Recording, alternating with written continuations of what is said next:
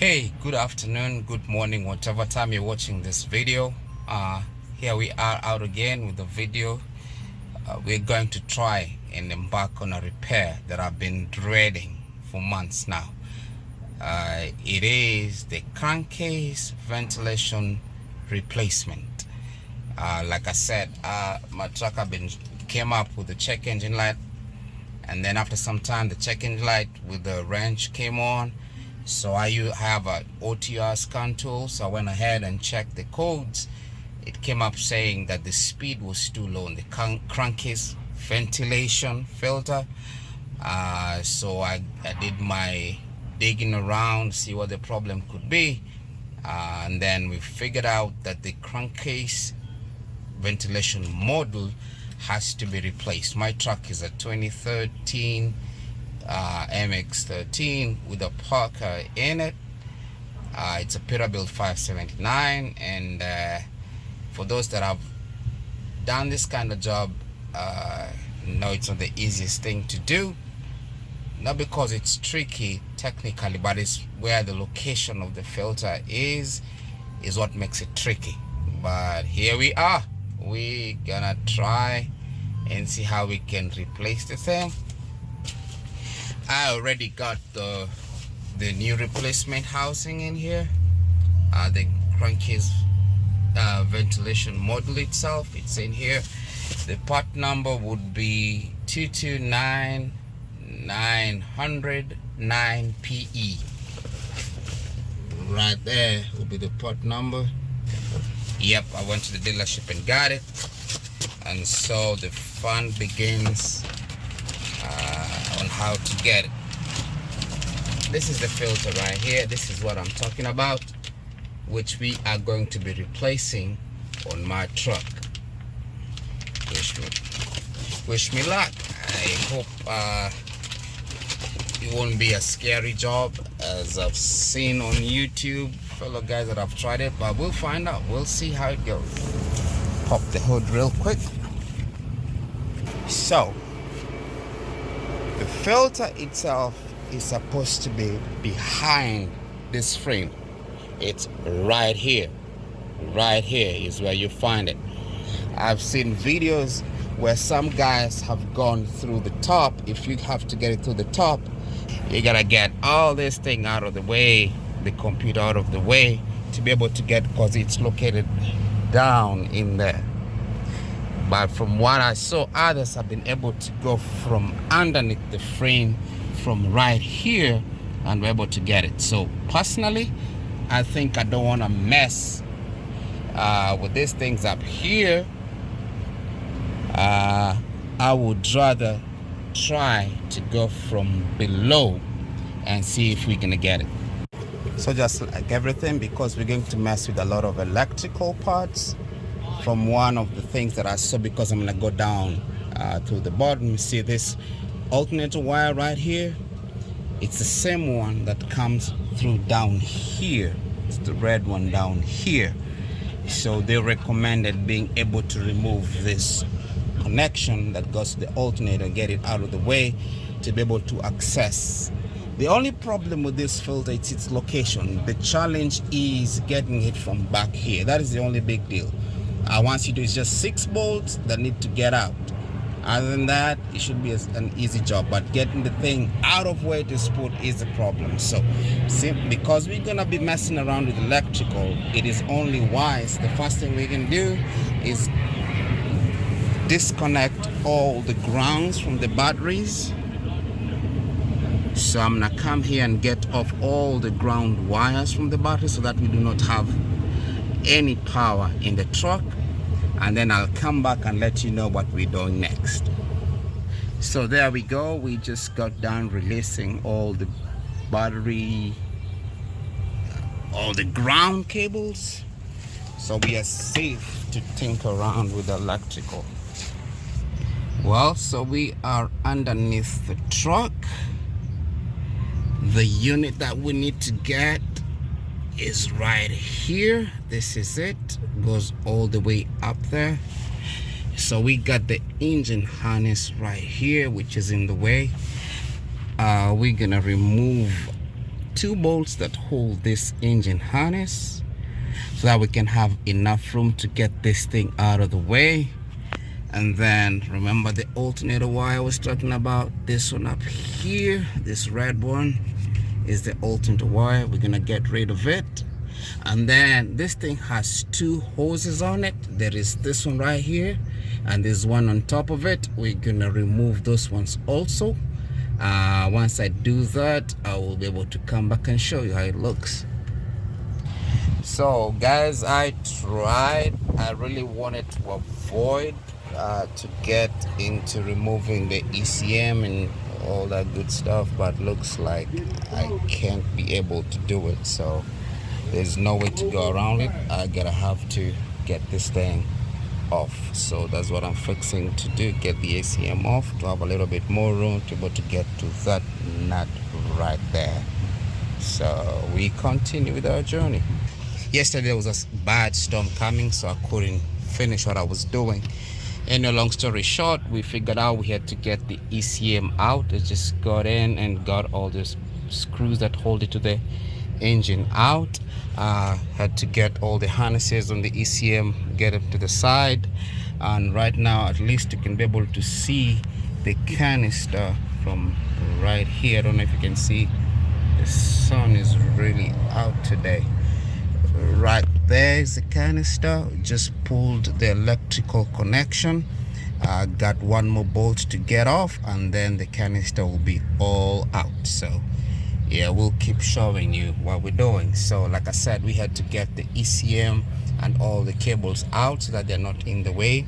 So we got the hose on it also, because it runs along here. We had to get it out of the way also so that you can be able to get this last cable that goes on the ECM. The ECM has 3 of them, so this last one right here could not come out with this hose in the way. So we had to get it, make sure you plug it so that it does not pour all your steering fluid out, power steering fluid, and the fun continues. One thing I've learned in all this process, that you will need to be patient. Sometimes that electrical plug right here, we had to spray something on it, the W40, and work it slowly by slowly before you can snap it. But finally we got it out. All I'm saying is all this process will require patience. Well, after a lot of pushing and pulling, we finally been able to get the ECM out. Mine was so tight, was holding on this AC hose, and you could hear a little bit of leaking anytime I had to wiggle it around to get it off the way. But yeah, finally we got it out of the way. So this is way better, this is way easier. We have more than enough room to do what we need to do. Here's the canister right here. It looks a little bit smaller than the one I got, but anyway, we'll find out. But yeah, this is where we are now. We just have to pop it out and put the new one in, and we will be done with this project. So stick around and find out. Finally guys, we got it out. So this is the old one, dirty and all clunky and everything. This is the old one. See, I'll pop it up, open, and see what the filter looked like. So this being the old model, this is part of the difference. I don't know. Yep. And this is the brand new one. This is the brand new one. I noticed this is the difference in the new model, but everything else appears to be the same. So we begin the fun part of putting it back in. So that's the part number. If you ever want to get this, again, it's on a PACCAR MX-13 2014 Peterbilt 579 CCV module. Let's get the good work of getting it in, then we'll go through whatever I did in detail. We beginning the process of putting things back together. There is the brand new unit. See how shiny it looks compared to everything else, so you know it's brand new. I wish it stayed that way forever, but we all know that's not gonna happen. So Yep, it's back in there, so just do everything in reverse. I've been able to snap on those two hoses. Always remember that there's two hoses right here. One goes at the top, the other one in the bottom. I think I come to realize once you get the ECM off the place, they become a little bit more room to be able to do what you need to do.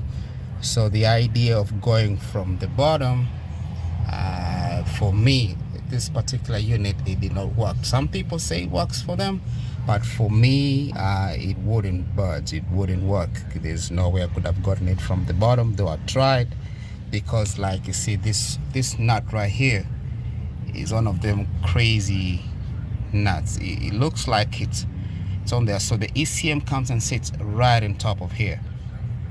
So how you can get that from underneath here, I don't think you can. You just have to get the ECM off to get a fix wrench over here to be able to get this thing off, because it's not just bolted right here. There's this right, like an extended kind of bolt that comes all the way, so you really have to get the ECM off to be able to get to it. So we get everything back together and then we'll see if we succeeded or not. Cross our fingers. So here we go, we back from where we started. Kinda, we haven't started the truck yet to see if we succeeded or not, but yeah, we got the ECM back on, all bolted, looking good. All the harnesses connected, nothing is loose. The canister is back in there. This is the hose I was talking about that we get to remove it, because there's no way I would be able to get this connection here with the hose in the way like this. So we had to get it off. Not hard, just bend this thing, pull it out. Once you're done, just put it back in. So we are here, we're done. Now we go back, reverse process. We go to the battery compartment. I'm gonna reconnect the grounds, then fire up the truck, see how successful we were with our project, and we'll discover together. So we are gonna turn on the truck. I'm nervous, I don't know what we did, so let's figure out how everything went, see if we were successful or not.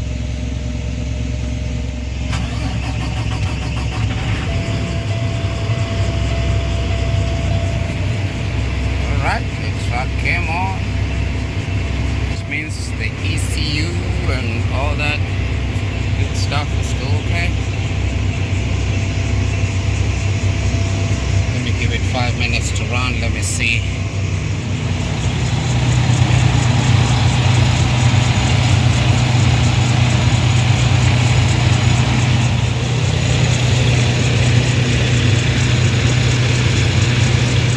I wanted to wait a couple of days, just drive around the truck to see how it runs before I give my conclusion on how the truck runs. It's been about a week since we did the crankcase ventilation filter replacement, and I just wanted to give this in summary that the truck is running better.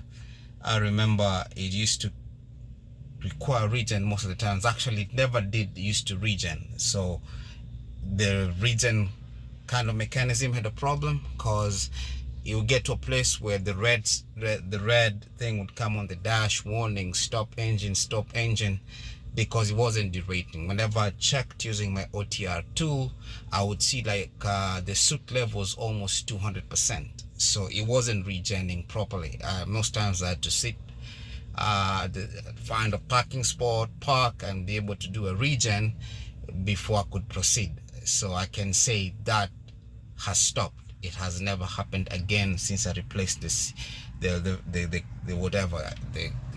ventilation thing. Secondly, like I said, in YouTube you'll find all kinds of advice, for lack of a better word, or everybody has different opinions. Some will say it's extremely hard, some will say it's not that hard. I had a lot of comments before I started this project, and to be honest, I was scared because of how hard I was told it was going to be. But it is challenging for sure, but I wouldn't call it hard. Actually, Once I got done doing it, I was so cautious trying to get the thing off because I expected, or I kept on looking for the hard part, but it never came. So I was able to do it quickly, and actually putting it back together, I think it took me less than 30 minutes to put everything back together, because that is how simple it was. So all I can tell you folks out there, it is not difficult. Just take your time and you'll find it's not hard. It's not worth spending all that money. If you have it to take it to a dealership, then by all means do it. But all I'm saying, it is possible to do yourself at home. So lastly, most of it actually just take a 14 millimeter. All I can say, find you this swivel, a swivel wrench. A swivel wrench and a couple of extensions is gonna make your life a hell of a lot easier than using just regular wrenches. So find yourself a swivel. It's gonna make your life a whole easy, because I found with this, because there's some places you have very crooked angles, weird angles that you cannot get to, but once you have an extension and a swivel, you're good to go. So this one will save your life. When you start it, find you a swivel wrench. It's gonna help you. It's gonna help you a lot. Stay out there. Like I said, I'm happy. The truck is running good. The check engine lights disappeared, and I'm happy about it. Saved me a ton of money and a ton of stress, but I was able to do it. If I can, you can. All right, so I look forward to another video. For now, this is it. Stay safe out there. See you in the next video. Bye.